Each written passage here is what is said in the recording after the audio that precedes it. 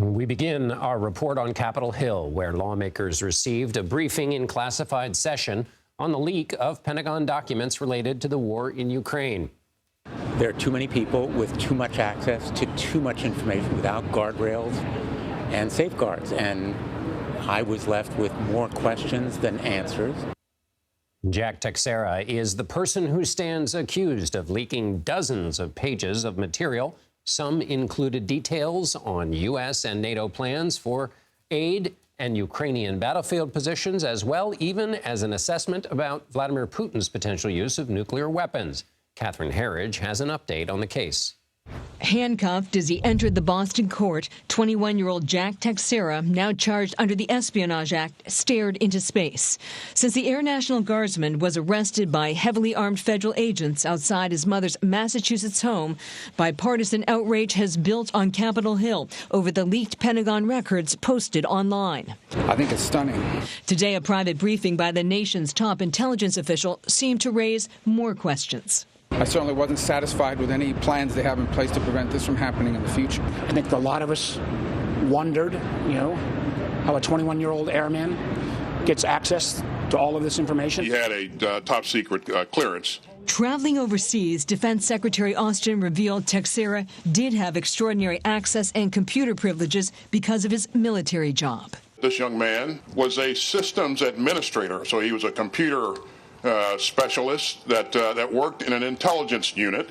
Now that Air National Guard Intelligence Wing's mission is suspended as government investigators probe the potential damage to sources and methods like human spies and wiretaps. The breadth of the information that's been leaked is problematic. Former senior counterintelligence official Bill Evanina told CBS News the classified records will undergo a painstaking review. They're going line by line through these documents as part of the damage assessment. Line by line, and we let the agency who provided that information, or multiple agencies, look at it with their experts to be able to say what was in there and where do we get it from.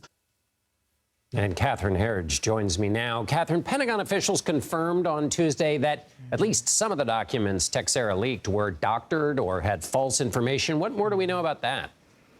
Well, John, the Pentagon is not providing a lot of additional information, except we know through our reporting that it appears to be a handful of records that we've been able to identify, and it's not clear when those alterations took place. They may well have taken place after the records were posted by a third party, for example. The big takeaway from this closed-door classified briefing tonight was not so much about the altered records, but what lawmakers are describing as serious ongoing deficiencies in the insider threat detection program. And in layman's terms, that means that the Defense Department does not have good systems in place to identify people like the defendant in this case, and that these gaps and these holes and these weaknesses have not been sufficiently addressed. And what about Teixeira's superiors? Will one way this might be addressed be by getting to them and maybe there'd be some firings? Well, this really goes to the issue of sending a message about what's happened here. As we noted in that report, this Air National Guard Intelligence Wing in Massachusetts, they've had their mission suspended, and Pentagon sources have not ruled out some kind of disciplinary action against their supervisors. The big question here is why the current systems that are in place essentially failed in such a spectacular way. There are systems in place to detect unusual activity, the printing of documents, for example, but these may all have been mute simply by the fact that the defendant here, Teixeira, had administrator privileges within these networks, so he had additional privileges beyond what a normal service member would have. Right, Catherine Herridge in Washington. Thank you, Catherine. You're welcome.